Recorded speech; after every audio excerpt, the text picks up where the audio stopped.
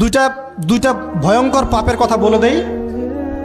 এই দুইটা পাপে যারা আসক্ত হয়ে আছে তারা তওবা করে ফিরে আসলে পরেও সারা জীবন তাদেরকে এটা সাফার করতে হবে। কথা বুঝতে পারছেন না? তওবা করে ফিরে এসেছেন মনে করে, তারপরেও আপনাকে সারা জীবন এই পাপের ফলটা ভোগ করতে হবে।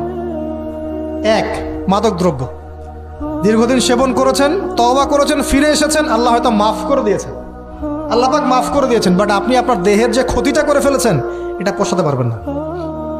এক নাম্বার। দুই, তখন আপনি যদি বিয়ে করেন আপনি স্ত্রীকে সন্তুষ্ট করতে পারবেন না। হ্যাঁ। দুই নাম্বার হচ্ছে এই যে গোপনে যুবকরা যে পাপটা করে, মাস্টারবেশন, যেটাকে আমরা বলি হস্তমৈথুন, এই পাপ যেসব যুবকরা করছে বা করে, এবং অ্যাভেলেবেল এই পাপটা সবাই করে, কারণ এখন পর্নের যুগ, পর্ন দেখলে তো আর কোনো উপায় নাই, তখন তো এই পথেই যেতে হচ্ছে, নিজের উপরে নিজেকে জুলুম করতে হচ্ছে। যারা হস্তমৈথুনে অভ্যস্ত হয়ে গেছে এরা যদি তওবা করে ফিরেও আসে, শরীরের যে ক্ষতিটা হয়েছে এটা পূরণ হবে না কখনো। দেখেন, আমার মতো বয়সে, আমার চেয়ে প্রায় 10 বছর বয়স আগেই তারেক বিন জিয়াদ স্পেন জয় করেছিল। আমার যে বয়স এখন চলছে 30 পার হয়ে গেছে, এর চেয়ে আরো প্রায় 10 বছর আগে মুহাম্মদ বিন কাসিম এই সিন্ধু জয় করেছিল। এখন যে ইসলাম আপনি ভোগ করছেন এটা তাদের ফল, তাদের এই জিহাদের ফল। তো এখন আমাদের এই যে 20 বছর 30 বছরের যুব সমাজের দিকে তাকায় দেখেন, একবার তাকায় দেখেন, চেহারাগুলো একটু দেখেন, চেহারা দেখেন, এক একটা চেহারা দেখেন, চেহারায় নূর নাই, নষ্ট হয়ে গেছে, নামাজ নাই, চোখগুলো বসে যাচ্ছে, কারণ সারা রাত জেগে থাকছে। ওই যে টিকটক টিকটক টিকটক সারা রাত, হ্যাঁ সারা রাত ফোনে, সারা রাত গল্প গুজব। রাত্রেবেলা দেখবেন, রাত্রেবেলা শহর যেন জীবিত হচ্ছে, রাত্রেবেলা ক্যারাম খেলে, রাত্রে লুডো খেলে, রাত্রে এটা করে, রাত্রে সে, সারাদিন ঘুম, সারাটা দিন ঘুম। আপনি কি জানেন সারা রাত কে জেগে থাকে, সারাদিন কে, সারা রাত কে ঘুমায় আর সারা দিন কে জেগে থাকে? সারা রাত জেগে থাকে কুকুর এবং সারাদিন ঘুমায় কুকুর। আর দেখবেন আপনি বিড়ালকে দেখবেন, ও কিন্তু রাত্রে ঘুম এবং দিনের বেলা সে অ্যাক্টিভ। পাখিকে দেখবেন, পাখি সন্ধ্যা হলো একদম ঘরে, যেই সূর্য ডুববে পাখি একদম ঘরে, দেখেন না, পাখি ঘরে। আর যেই ফজর হবে পাখি বের হয়ে গেল। আর আল্লাহ রাসূল সাল্লাল্লাহু আলাইহি ওয়াসাল্লাম হয়তো বা এই কারণেই, আল্লাহ ভালো জানেন, তিনি বলেছেন এমন কিছু মানুষ জান্নাতে যাবে যাদের মনটা হবে পাখির মতো। সুবহানাল্লাহ। দেখেন পাখি কি করে, একদম সন্ধ্যা হলো ঘরে ঢুকে গেল, যেই ফজর হবে একদম ফজরের আগে আগে সে বের হয়ে গেল। তো পাখির মতো হওয়ার চেষ্টা করেন, পাখির মতো লাইফস্টাইলে আসেন, এবং সে সারাদিন পরিশ্রম করে রিজিকের জন্য, করে না? আল্লাহ পাক পাখিকে রিজিক দেন কি চাকরির মধ্য দিয়ে না ব্যবসার মধ্য দিয়ে? কিভাবে সে রিজিক পায়? তাওয়াক্কুল, তাওয়াক্কুল, আল্লাহর প্রতি তাওয়াক্কুল। আর তাওয়াক্কুল করে কি সে ঘরে বসে থাকে না রিজিক সার্চ করে, রিজিক তালাশ করে? আপনিও রিজিক তালাশ করেন, আল্লাহ পাক রিজিক দিবে ইনশাআল্লাহ তাআলা। প্রিয় যুবক ভাইরা, আল্লাহর ওয়াস্তে তওবা করেন। যারা যারা মাদকদ্রব্যের সাথে সংশ্লিষ্ট আছেন বা থাকার সম্ভাবনাও ছিল, এর ধার কাছেও যাবেন না। ওয়াদা করছেন তো? এবং গোপন পাপে লিপ্ত হবেন না, গোপন পাপে লিপ্ত হবেন না। আপনি যৌবনকে ধরে রাখেন, ইনশাল্লাহ দেখবেন আপনি সারা জীবন এনজয় করতে পারবেন। কিন্তু যদি এখন নিজেকে শেষ করে ফেলেন, এখন নিজেকে শেষ করে ফেললে আপনি বিয়ে করলে পরেও দেখবেন আপনি পস্তাচ্ছেন। ওই যে কলিকাতা হারবালে যেতে হবে, তখন মডার্ন হারবালে দৌড় দিতে হবে। আর সব হারবাল টারবাল খেয়ে লাভ হয় না। কারণ কি? কারণ আল্লাহ প্রদত্ত যে নেয়ামত সেটা আপনি নষ্ট করে ফেলেছেন, এখন এইটা আর আপনি ক্ষতিপূরণ দিতে পারবেন। অতএব জীবনটাকে সিরিয়াসলি নেন। মুসলিম তরুণ যুবকদেরকে উদ্দেশ্যে বলছি যে আপনারা কায়িক পরিশ্রম করেন, কায়িক পরিশ্রম করেন। 5 ওয়াক্ত সালাতটা আল্লাহর ওয়াস্তে নামাজে মসজিদে এসে পড়েন। বেশি কিছু করতে বলছি না ভাই, আমার কথা শোনেন, বেশি কিছু করতে বলছি না।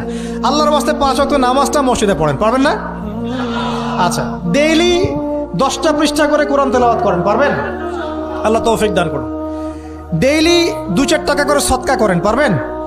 আচ্ছা, প্রত্যেক দিন কিছু দাওয়াতি কাজ করেন, আমর বিল মারুফ, সৎ কাজের আদেশ করবেন, নাহি আনিল মুনকার, অসৎ কাজে নিষেধ করবেন। পারা যাবে ইনশাআল্লাহ। আপনি হালাল রিজিকের একটা সন্ধান খোঁজার চেষ্টা করেন, পারবেন ইনশাআল্লাহ। পড়াশোনায় নিজেকে ব্যস্ত রাখেন, লেখাপড়ায় নিজেকে ব্যস্ত রাখেন। যদি এর পাশে আপনি সময় পান, আমি বলবো আপনি খেলাধুলা করেন।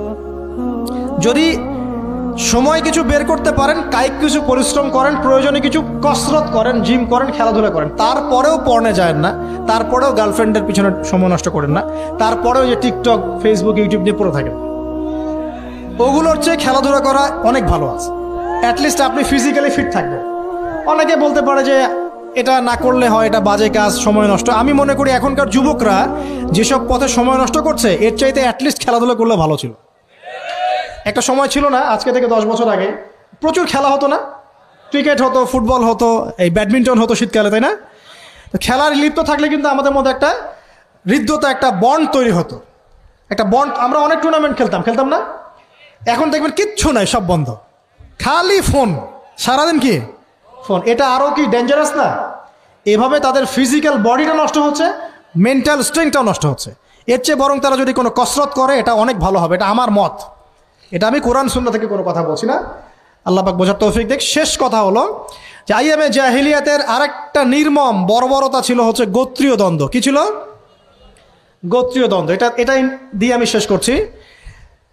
সেটা হলো কেমন গোত্রীয় দ্বন্দ্ব? মনে করেন একটা গোত্রের নাম বনু তামিম, একটার নাম বনু হানিফা, একটার নাম হচ্ছে বনু কোরাইজা, একটার নাম হচ্ছে মনে করেন বনু মখজুম, আর একটা হচ্ছে বনু আদি। এরকম অনেক গোত্র ছিল আর কি। তো এই গোত্রগুলোর মধ্যে আপোষে দ্বন্দ্ব চলতো, খুব সামান্য কারণে তারা দীর্ঘস্থায়ী যুদ্ধ করত। একটু বোঝার চেষ্টা করেন, খুব সামান্য কারণে তারা লম্বা লম্বা যুদ্ধ করত। একটা উটকে কেন্দ্র করে প্রায় 80 বছর যুদ্ধ হচ্ছে। কত বছর? 80 বছর। এখন আপনাকে বলি, এই যে জাহেলিয়াতের এই যে গোত্রীয় হানাহানি, মারামারি, কাটাকাটি, এটা কি এখন সারা বিশ্বে ছড়িয়ে পড়েছে কি পড়ে নাই? আল্লাহর নূর দিয়ে দেখেন, পড়েছে কি পড়ে নাই? ওই দ্বন্দ্বটা কিন্তু দেশ থেকে দেশ ছড়িয়েছে, যেমন ঠিক একইভাবে ধর্মের মধ্যেও ছড়িয়েছে। ধর্মের মধ্যেও আমরা কিন্তু বহু দলে ভাগ হয়ে গেছি। এমনকি মুসলিমদের মধ্যেও আমরা শততা বিভক্ত বিভিন্ন দলে, আছে না? এক দল আরেক দলের লোকদেরকে সহ্য করতে পারে না, আরেক দল আরেক দলের ইমামকে সহ্য করতে পারে না। হ্যাঁ, এক সংগঠন আরেক সংগঠনকে সহ্য করতে পারে না। এই যে গোত্রীয় হানাহানির সুন্নত, ওই আইয়ামে জাহিলিয়াতের সুন্নত, এটা এখন মুসলিমদের মধ্যেও ঢুকে পড়েছে। তো প্রিয় ভাইরা, দেখুন, আমি এক কথায় বোঝাতে চাইলাম যে জাহিলি যুগ আপনি যেটাকে বলছেন, আইয়ামে জাহিলিয়াত যেটাকে বলছেন, যে কারণে বলছেন ওই কারণগুলো প্রত্যেকটা কারণ এখনকার বিশ্বে মজুদ আছে। শুধুমাত্র স্বল্প পরিসরে না, এখন বড় পরিসরে মজুদ আছে। অতএব আপনাকে যদি আইয়ামে জাহেলিয়াতুল আকবার বলে কোনো বিশ্বকে রিকগনাইজ করতে হয়, তাহলে এখনকার বিশ্বকে করতে হবে। অতএব এই ওয়ার্ল্ড অ্যাফেয়ার্সটাকে বোঝেন, জাহিলিয়াতটাকে বোঝেন। এই জাহিলিয়াত থেকে উত্তরণের জন্যে সমাধান কে দিয়েছিল বলেন? ইসলাম কি সমাধান দেয়নি? ইসলাম সমাধান দিয়েছে, কোরআন সমাধান দিয়েছে। রাসূলুল্লাহ সাল্লাল্লাহু আলাইহি ওয়াসাল্লাম 23 বছরের মধ্যেই সমস্ত জাহিলিয়াতকে দূর করে দিয়েছেন, দেন নাই? বলেন, 23 বছর পর কি মক্কায় শিরক ছিল? বলেন, 23 বছর পর কি মক্কায় সুদ ছিল? 23 বছর পর কি মক্কায় জেনা, এই যে আপনার ব্যভিচার, এই যে আপনার মাদক, এই যে গোত্রীয় হানাহানি, নারীর অবমাননা, এগুলো ছিল? তাহলে একজন মহামানব তিনি 23 বছরের মধ্যেই পুরো সমাজটাকে সংস্কার করে ফেললেন না? সেই রাসূল সাল্লাল্লাহু আলাইহি ওয়াসাল্লামের সুন্নত কি মরে গেছে? সেই আল্লাহ কি মরে গেছেন? নাউজুবিল্লাহ। সেই আল্লাহ পাকের নাজিলকৃত কোরআন এবং হাদিস কি মরে গেছে? তাহলে সেই আল্লাহ যদি জীবিত থাকেন, সেই রাসূলের আদর্শ যদি জীবিত থাকে, এবং সেই কোরআন যদি এখনও মুসলিমদের হাতে থাকে, তাহলে এখনকার বিশ্বের জাহিলিয়াত আমরা ফেস করতে পারবো না? পারবো না ইনশাল্লাহ? পারবেন ইনশাল্লাহ? কি করবেন তাহলে? মোটা দাগে কয়েকটা কথা বলে শেষ করে দিই। 1 নাম্বার, প্রিয় ভাই, জ্ঞান অর্জন করেন, প্রচুর পড়াশোনা করেন। জ্ঞান অর্জনের ক্ষেত্রে সাম্প্রদায়িক হবেন না, এতটুক নিব এতটুক নিব না, এর থেকে নিব ওর থেকে নিব না, এমন হবেন না। জ্ঞান যেখানে পাচ্ছেন নিতে থাকেন, আল্লাহ পাক আপনাকে নূর দিবে ইনশাআল্লাহ। আল্লাহ যখন আপনাকে নূর বা আলো দিবে তার পক্ষ থেকে, আপনি এমন কিছু দেখবেন যা অন্যরা দেখতে পারছে না। আপনি খিজির হয়ে যাবেন ইনশাআল্লাহ আলাইহিস সালাম। যে মুসা আলাইহিস সালাম বুঝতে পারছেন না কেন নৌকা ফুটা করছে, কেন বাচ্চাকে হত্যা করছে, আর কেন দেয়াল নির্মাণ করছে, কিন্তু খিজির আলাইহিস সালাম বুঝতে পারছেন কেন এগুলো করতে হচ্ছে। 2 নাম্বার, প্রিয় ভাই, আপনার হায়াতটাকে মূল্যায়ন করেন। আজকে তওবা করে ফিরে আসেন, 5 ওয়াক্ত নামাজি হয়ে যান, সময় অপচয় বন্ধ করেন, যৌবনকালটাকে কাজে লাগান, সিরিয়াস হন, জীবনটার ব্যাপারে সিরিয়াস হন। জীবনটা কিন্তু হেলায় খেলার বিষয় না। একবার চলে গেলে, একবার মৌত হয়ে গেলে কান্নাকাটি কোটি কোটি বছর করলে আল্লাহ পাক আর দ্বিতীয়বার পৃথিবীতে ফিরাই দিবে না, দিবে? তো কি কারণে আমরা আমাদের সময়টাকে হেলায় নষ্ট করছি? সুযোগ আছে? কোনো সুযোগ নাই। যেই কাজের পরকালীন কোনো ফায়দা নাই, সেই কাজে আমি নাই। সোজা কথা বোঝেন? যেই কাজে পরকালের কোনো ফায়দা নাই সেখানে আমি নাই, এরকম আকীদা লাগবে। ইলম অর্জন করবেন কেন? পরকালের ফায়দা আছে তাই। নামাজ কেন পড়বেন? পরকালে ফায়দা আছে তাই। প্রেমের সম্পর্ক করব না কেন? পরকালে ফায়দা নাই তাই। এই গান এই মিউজিক শুনবো না কেন? আমি পরকালে কোনো ফায়দা নাই তাই। আমি অহেতুক এসব টিকটকের পিছনে ঘুরবো না কেন? পরকালে কোনো ফায়দা নাই তাই। যে কাজ পরকালে ফায়দা দিবে আমি সেই কাজে আছি। পারা যাবে ইনশাল্লাহ? আল্লাহ তৌফিক দান করুন।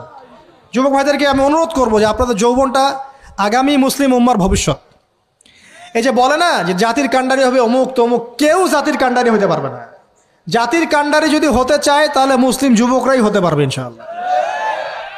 যারা সারাদিন মাদকদ্রব্য সেবন করে এরা জাতিকে কিচ্ছু দিতে পারবে না।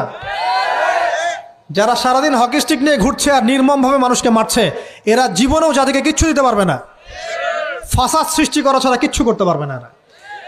দেশকে, জাতিকে এবং উম্মাকে যদি এগিয়ে নিতে হয় শুধু মুসলিম যুবকরাই পারবে ইনশাআল্লাহ। এবং কারা পারবে?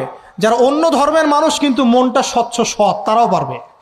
যাদের মনে সততা আছে অন্য ধর্মের হলেও তারা পারবে ইনশাআল্লাহ। যার মনে সততা নাই সে পারবে না কখনো। করাপ্টেড, দুর্নীতিপূর্ণ মন নিয়ে কখনো দেশের খেদমত, জাতির খেদমত করা যায় না। বাংলাদেশের সবচেয়ে বড় সমস্যা দুর্নীতি। বাংলাদেশের 1 নাম্বার সমস্যা দুর্নীতি। দুর্নীতি যদি না থাকতো আর সমস্ত কালো টাকা যদি সাদা করা যেত, বাংলাদেশের মানুষকে আজকে না খেয়ে মরতে হতো না। সামনের দিনগুলো কঠিন হবে, ভয়াবহ হবে, এটা সবাই বুঝতে পারছে, হয়তো শুধু আপনারা পারছেন না। আল্লাহ পাক আপনাদেরকে বোঝার তৌফিক দান করুন, আমিন। সামনে যান, নিজের জীবনকে কাজে লাগান, যৌবনকে কাজে লাগান, একটা হালাল রিজিক সার্চ করেন। অল্প রিজিকে সন্তুষ্ট হয়ে যান, উচ্চাভিলাষী হবেন না। উচ্চাভিলাষী হওয়ার দরকার নাই, যতটুকু আসছে আলহামদুলিল্লাহ, এটুকুর মধ্যেই সন্তুষ্ট থাকেন। পারবেন ইনশাআল্লাহ। সামনে যাবেন, আদর্শ পরিবার গড়বেন। পরিবারের মধ্যে ইসলাম থাকবে। পরিবারের পিতা হবে ইব্রাহিম, পরিবার সন্তান হবে ইসমাইল, পরিবারের স্ত্রী হবে হাজারা অথবা সারা আলাইহিস সালাম। দিনদার ছেলে নাই, বিয়ে নাই। দিনদার মেয়ে নাই, বিয়ে নাই। ওই যেটা আপনি মনে করছেন রূপ সৌন্দর্য হাবিজাবি, কিচ্ছু থাকবে না ভাই, কিচ্ছু থাকবে না। 1 বছর 2 বছর পরে সব শেষ। দিনদার স্ত্রী পাবেন, চোখ বন্ধ করে বিয়ে করে ফেলবেন। আর দিনদার স্বামী পাবেন, বিয়ে করে ফেলবেন। আমার স্বামী কত বড় ব্যাংকের চাকরি করে, কত বড় ডিগ্রি, কত বড় সার্টিফিকেট, এটা পরের ইস্যু। আগের ইস্যু হচ্ছে আমার স্বামী নামাজ পড়ে কিনা, এই লোক আমার স্বামী হতে যাচ্ছে, এর দাঁড়িয়ে আছে কিনা, ইসলাম পালন করে কিনা, ইসলামের প্রতি ভালো ধারণা আছে কিনা, সে আমাকে পর্দায় রাখবে কিনা, এগুলো বড় জিনিস। পরিবার গড়ব ইসলামিক ভিত্তিতে। ইসলাম নাই, পরিবার নাই। এমনকি পরিবার গড়ার পরেও যদি দেখেন যে পরিবারের সদস্যদেরকে বোঝাতে বোঝাতে আপনি ক্লান্ত হয়ে যাচ্ছেন, পরিবারের সদস্যদেরকে দিন বোঝাতে আপনি ক্লান্ত, কিছুতেই দিন বুঝতে চায় না, আপনি আসহাবুল কাহাফ হয়ে যান, তাও ভালো। বুঝেন নাই? আপনি নিজের চটকায় তেল দেন, ওটা বাদ দেন, ওর কবরের হিসাব ওর উপর ছেড়ে দেন, আপনি ইব্রাহিম হয়ে যান, আপনি আসহাবুল কাহাফ হয়ে যান, তাও ভালো। ইসলাম নিয়ে কোনো কম্প্রোমাইজ নাই। পরিবারের সদস্যরাও যদি আল্লাহর পথে চলার ক্ষেত্রে প্রতিবন্ধকতা সৃষ্টি করে, বাদ দিয়ে দেন, দরকার নেই। আল্লাহর জমিন প্রশস্ত, আল্লাহর জমিন প্রশস্ত, আল্লাহর রিজিক প্রশস্ত ইনশাআল্লাহ। আল্লাহ পাক উত্তম আরও কিছু দিবেন আপনাকে ইনশাআল্লাহ তাআলা। খেয়াল রাখবেন, পরিবারের মধ্যে ইসলাম থাকতে হবে। এখানে কিন্তু আপনাকে কেউ বাধা দিবে না, এর কর্তা আপনি নিজেই। আল্লাহ পাক তৌফিক এনায়েত করুন, আমিন। পাশাপাশি সৎ কাজের আদেশ করেন, অসৎ কাজে নিষেধ করেন। মুসলিম উম্মার মধ্যে ঐক্যের চেষ্টা করেন, বিভক্তি সৃষ্টি করবেন না। সবার মধ্যে ভালো জিনিস আছে, নিয়ে নেন, খারাপগুলো ছেড়ে দেন। এমন কোনো সংগঠন বা দল বা জামা নাই যার 100%ই পরিশুদ্ধ, এমনটা কোনো নাই, কোথাও নাই। সবার মধ্যেই কিছু না কিছু ভুল থাকবেই, কিছু না কিছু ফল্ট থাকবেই। ওই ফল্টগুলোকে নিয়ে যদি আপনি পড়ে থাকেন আর কাদা ছড়াছড়ি করতে থাকেন, কাজ হবে না। এখন এই যুগটা সেই যুগ না। এটা কি সাহাবীদের যুগ যে চুল ছেঁড়া বিশ্লেষণ করতে হবে? এখন কি খেলাফা কায়েম আছে? সাহাবীদের যুগে খেলাফা কায়েম আছে, ইসলামিক অর্থনীতি কায়েম আছে, ইসলামিক রুলিংস চলছে। তখন সূক্ষ্ম বিষয় নিয়ে সাহাবীরা একে অপরের সাথে কনফ্লিক্টে যাচ্ছে, মত পার্থক্য হচ্ছে। আর এখন তো কিছুই নাই, এখন আপনি ওই ছোটোখাটো বিষয় নিয়ে পড়ে আছেন, বড় বিষয়ের তো খোঁজ নাই এখন। আল্লাহ পাক আমাদেরকে বোঝার তৌফিক এনায়েত করুন, আমিন। সামনে এগিয়ে যাবেন এবং দিনের জন্য কিছু করার চেষ্টা করবেন। আপনার জান, আপনার মাল, আপনার সময় শ্রম দিয়ে ইসলামের জন্য কিছু করে যাওয়ার চেষ্টা করেন। কিছু না পারেন একটা এতিমখানা করেন, একটা মাদ্রাসা করেন, একটা মসজিদ করেন, ঠিক আছে, একটা সামাজিক সংগঠন করেন, একটা কি বলবো, আপনি যদি পলিটিক্সও করেন, কোনো সমস্যা নাই, কিন্তু এটাকে ভালোর দিকে নিয়ে আসেন, ন্যায়ের দিকে নিয়ে আসেন, দুর্নীতি অন্যায় বাদ দেন। অন্যের ক্ষতি করা বাদ দেন, অন্যের গীবত তোহমতের সংস্কৃতি বাদ দেন, ভালো কিছু করেন, সামাজিক কাজ করেন, মানবতার কাজ করেন। আপনি যদি লিখতে পারেন লিখেন, বলতে পারলে বলেন। আপনি কিচ্ছু করতে পারেন না, অ্যাটলিস্ট আপনি ইসলামপন্থীদেরকে সাপোর্ট দেন, আপনার সম্পদ দিয়ে, আপনার অর্থ দিয়ে সাপোর্ট করেন। কিচ্ছু করতে পারছেন না, কিছুই করার ক্ষমতা নাই, নিজেকে নিয়ে ব্যস্ত থাকেন, আগুন উস্কে দিয়েন না। মনে করেন আপনার কিছু করারই ক্ষমতা নাই, কোনো যোগ্যতা নাই, ঠিক আছে, আপনি চুপ থাকেন, অ্যাটলিস্ট আপনি আগুন উস্কে দিয়েন না, নিজেকে নিয়ে ব্যস্ত থাকেন, আপনি আপনার কাজ করেন। আল্লাহ পাক আমাদের সবাইকে দিনের জন্য কিছু করার তৌফিক দান করুন, আমিন। আর সবশেষ কথা হচ্ছে যে বর্তমান অর্থনীতি, সমাজনীতি, বিশ্ব ওয়ার্ল্ড পলিটিক্স এগুলো খুব ভালো করে পড়াশোনা করবেন, করে কোরআন সুন্নাহর সাথে মেলাবেন, আখিরুজ্জামানের হাদিস এবং আয়াতগুলোকে স্টাডি করেন, সমসাময়িক প্রেক্ষাপটের সাথে এই পরিস্থিতিগুলো মেলানোর চেষ্টা করেন, দেখবেন আপনার চোখ আল্লাহ খুলে দেবে ইনশাআল্লাহ। এবং ইনশাআল্লাহ আজ্জা ওয়া জাল আপনি এমন কিছু সলিউশন যাদের সামনে উপস্থাপন করতে পারবেন যেটা আর 10 জন পারছে না ইনশাআল্লাহ।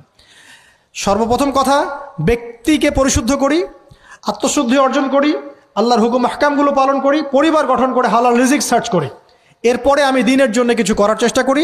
যদি আল্লাহ পাক আমাকে আরও বেশি যোগ্যতা দেন তখন আরও বড় পরিসরে দিনের খেদমত করার তৌফিক আল্লাহর পক্ষ থেকে চেয়ে নেই, আল্লাহ পাক কবুল করবেন ইনশাআল্লাহু আজ্জা ওয়া জাল।